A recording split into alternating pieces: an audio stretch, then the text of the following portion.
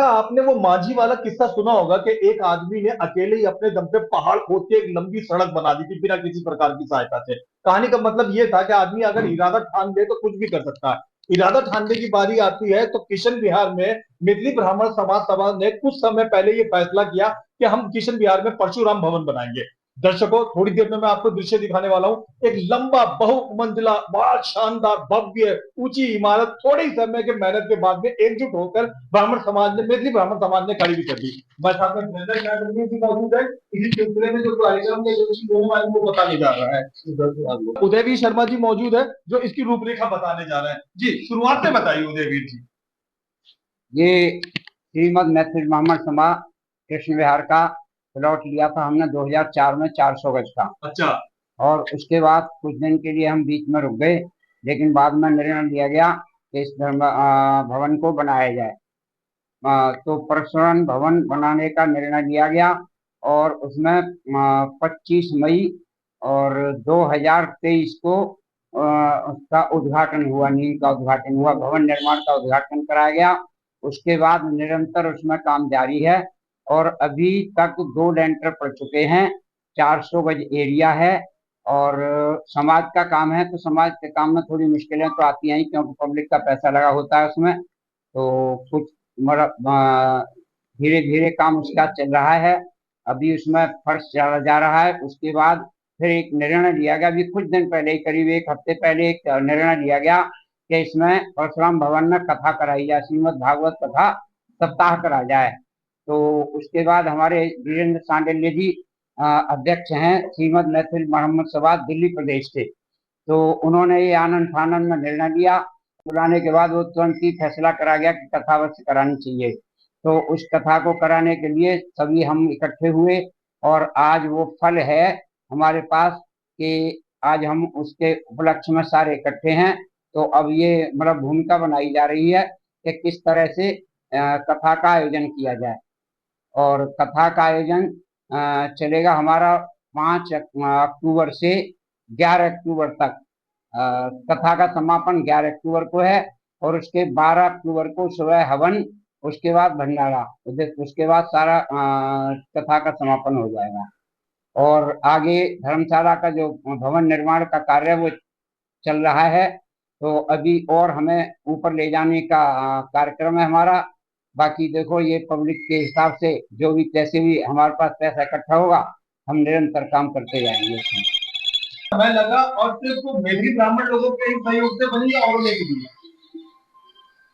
बोले परशुराम भगवान की जय।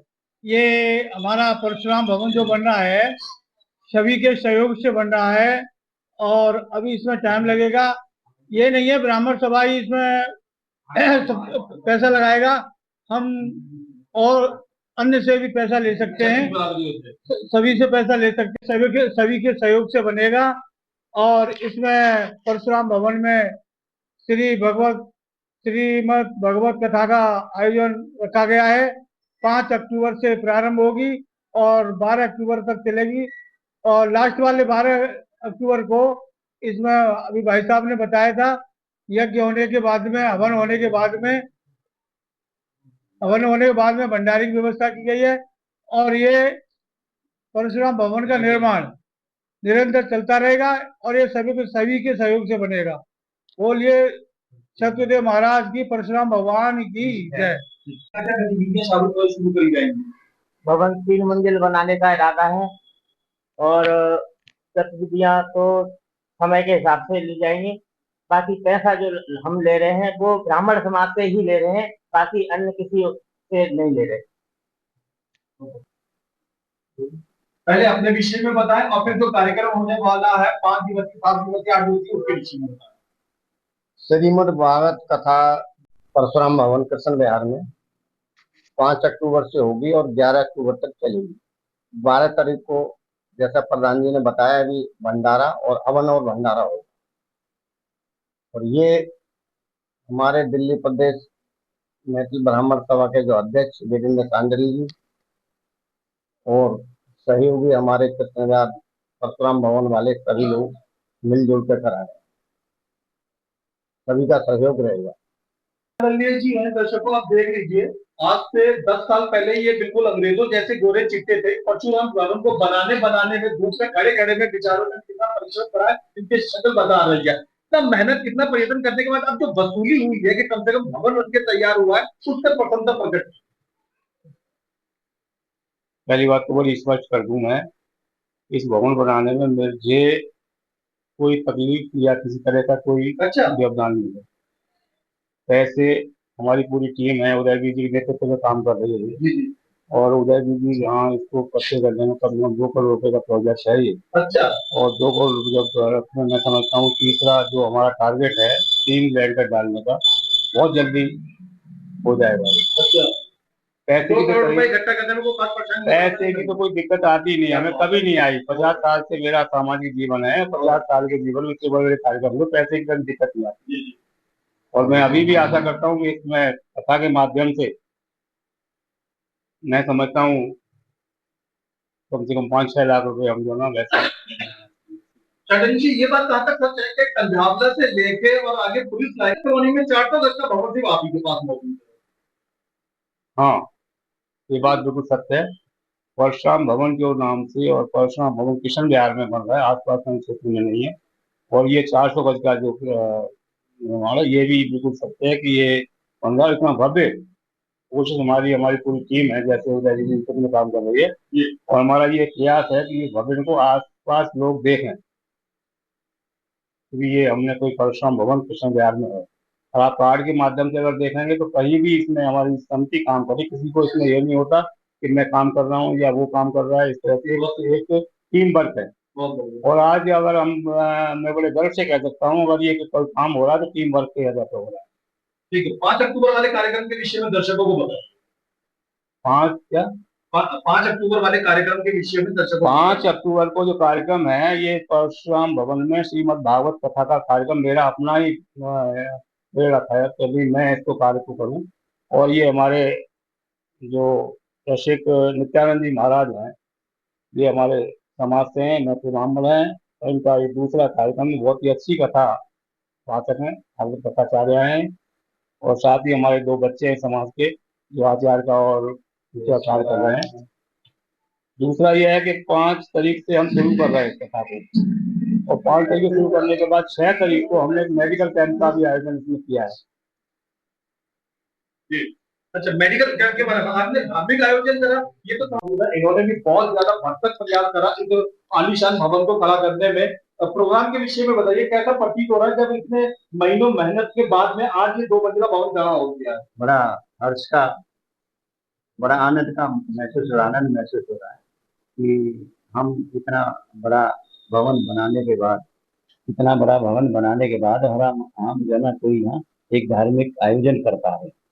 इसमें हमारे टीम की पूरी प्रशंसा रही और भरपूर प्रयास रहा है। और भाई साहब का, उदयवीर जी का, वीरेंद्र जी का, इनका तो मतलब कुछ कहना ही नहीं है, जो जिससे इन्होंने प्रोग्राम को सजाया, संजोया और संजो के इसको क्रियान्वित करने जा रहे हैं। और भाई साहब ने, उदयवीर जी, रामजी लाल जी, कालीचंद जी, भगवत प्रसाद जी, भगवत स्वरूप जी, इन्होंने मिलके इस 4 मंजिल 2 मंजिल भवन को खड़ा किया है। हमारे जानकी प्रसाद जी और ये सब जितने भी बैठे हैं, इन सबका बड़ा सहयोग है, भरपूर सहयोग है। तो इस सहयोग के कारण से ये 4-5 लोग भी आगे कुशल कूद के चल पाए हैं। और ब्राह्मण समाज का बड़ा भारी सहयोग रहा है इसको भवन को निर्माण करने में। तो यही कहूँगा। सुधीर शर्मा जी, महिलाओं को संबोधित करते हुए कुछ कहने की ध्यान दें जी। हमने 200 कलश की महिला मतलब माताओं से 200 कलश के लिए आह्वान किया है। तो करीब करीब हमारी अभी तक 170-75 पर्चियां कट चुकी हैं और 25 बकाया रहती हैं, वो बहुत जल्द पूरी हो जाएंगी। और सभी माताएं इस कलश यात्रा में शामिल होंगी, जिनको एक कलश दिया जा रहा है। एक हमने चुन्नी की व्यवस्था की है और कलश के साथ नारियल और एक माला जैसे भी व्यवस्था होती है कलश यात्रा में। हाँ, अभी तो कृष्ण विहार की आई, क्योंकि हमारे पास व्यवस्था नहीं है कहीं कि हम कहीं की और बिठाया सकें। नहीं, बिठाने की व्यवस्था नहीं है, तो हमने कृष्ण विहार की महत्व दिया, कृष्ण विहार की महिला को ज्यादा महत्व दिया, क्योंकि व्यवस्था सिर्फ 200-250 की बैठ पाएगी। तो ऐसा नहीं है कि 200 जो माताएं आ रही हैं वही यहाँ बैठे, क्योंकि उसके साथ और भी बहुत लोग आएंगे, अन्य बाहर के भी आएंगे। तो इसलिए व्यवस्था की वजह से हमने सिर्फ 200 महिलाओं से, मतलब 200 माताओं के कलश की पर्ची काटी है, जिससे कि 200 माताएं हमारी आराम से यहाँ पर बैठ सकें। और क्योंकि जो कलश उठाती है माता, उनको हर दिन कथा सुननी होती है, हर दिन कथा सुनना अनिवार्य होता है। तो इसलिए व्यवस्था हमारे पास कम होने के कारण हमने सिर्फ 200 कलश का ही प्रोग्राम रखा है। मेरा नाम गजराज शर्मा है। इस कार्यक्रम को हम बहुत ही भव्यता से बना रहे हैं। 5 तारीख पहले ये प्रोग्राम हमारा कनावत में होता है, लेकिन इस बार नवरात्रों में करने का प्रोग्राम किया है। नित्यानंद जी महाराज जो अलीगढ़ से वृंदावन वाले हैं, बहुत ही बढ़िया भागवत करते हैं। हम उनकी पहले भी ये भागवत कर सुन चुके हैं और हृदय स्पर्शी अपनी वाणी से वो इतने मंत्र मुग्ध कर देते हैं लोगों को कि लोग सब उनके उसमें बह जाते हैं। और ये जो 7-8 दिन का जो हमारा प्रोग्राम बनाया हुआ है, बहुत ही खुश माहौल में। सबसे बड़ी बात है कि जो भगवान परशुराम भवन बन रहा है, जो ये हमारी टीम ने ये सब जो आपने बताया, इन्होंने एक अविस्मरणीय काम करके दिखाया। 400 गज धर्मशाला, 400 गज की एक, आप समझ सकते हो 400 गज कहना बहुत आसान है, लोगों को 50 गज के मकान नहीं बनते पूरी जिंदगी में। तो 400 गज को वो भी 3 मंजिल ले जाना बेसमेंट से, मतलब नींव खोद के, बहुत बड़ा काम है। उस बहुत बड़े काम के अंदर ये हमारी संगीत में भागवत कथा होगी, बहुत ही बढ़िया होगी। हम हृदय से इसका स्वागत करते हैं। कोई भी बात करने से पहले हम जब समाज की बात करते हैं, परशुराम भवन की बात करते हैं या दिल्ली प्रदेश की बात करते हैं, अधूरी रह बात यह है कि हमारी जो आप सब देख रहे हैं, ये जो टीम वर्क जो देख रहे हैं, इसमें युवाओं की भूमिका बहुत ही महत्वपूर्ण है। अच्छा, उनके बिना कोई भी काम असंभव सा लगता है। अब आप यहाँ जितने भी लोग बैठे हैं, हम 60 सब लगभग सभी 60 प्लस हैं, लेकिन हमने एक प्रयास हमारा ये है कि हम ये युवाओं को आगे लाएं, और उसमें हमारी युवा टीम जो है वो बहुत ही सक्रिय है। उसकी वजह से आप जब व्यवस्था हर क्षेत्र में, हर काम में, कहीं भी अगर किसी भी स्टेज पे उसको खड़ा कर दिया हमने, तो वो पीछे नहीं हटती, वो अपने बखूबी अपना काम को निभाते हैं। उसमें हमारी युवा टीम में हमारे बीच में बैठे किशोर शर्मा जी हैं, ये हमारे सचिव महासचिव है यहाँ के दिल्ली प्रदेश के। गुलशन जी हैं, एक 4-5 नाम है इस तरह के है। एक आकाश है अभी जुड़े, अभी हमारे योगेश जी हैं बुधविहार से। इस तरह के 5-6 टीम जुड़े हैं। इनको आप देखेंगे अगर व्यवस्था कथा में, इनकी भूमिका अगर देखेंगे, आप आएंगे तो देखेंगे तो आपको पता चलेगा कि किस तरह से काम करते हैं, किस तरह से अपने कार्य को जो देते हैं हम इनको क्रियान्वित करते हैं।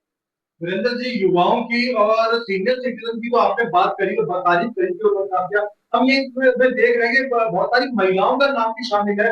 महिलाओं का क्या योगदान रहा इस कार्यक्रम को सफल बनाने में? इस कार्यक्रम में महिलाएं भी बिल्कुल पीछे नहीं है। महिलाएं सबसे ज्यादा, बताया ना आपको, अभी हम 250 कलश की 200 कलश लेके चले, 250 था कि 2 दिन के अंदर 50-50 महिलाएं ने अपने जो नाम जितने दिए हैं 50-50 उन्होंने अपने पर्चियां काट के और उनको महिलाओं को तैयार किया है कलश के लिए।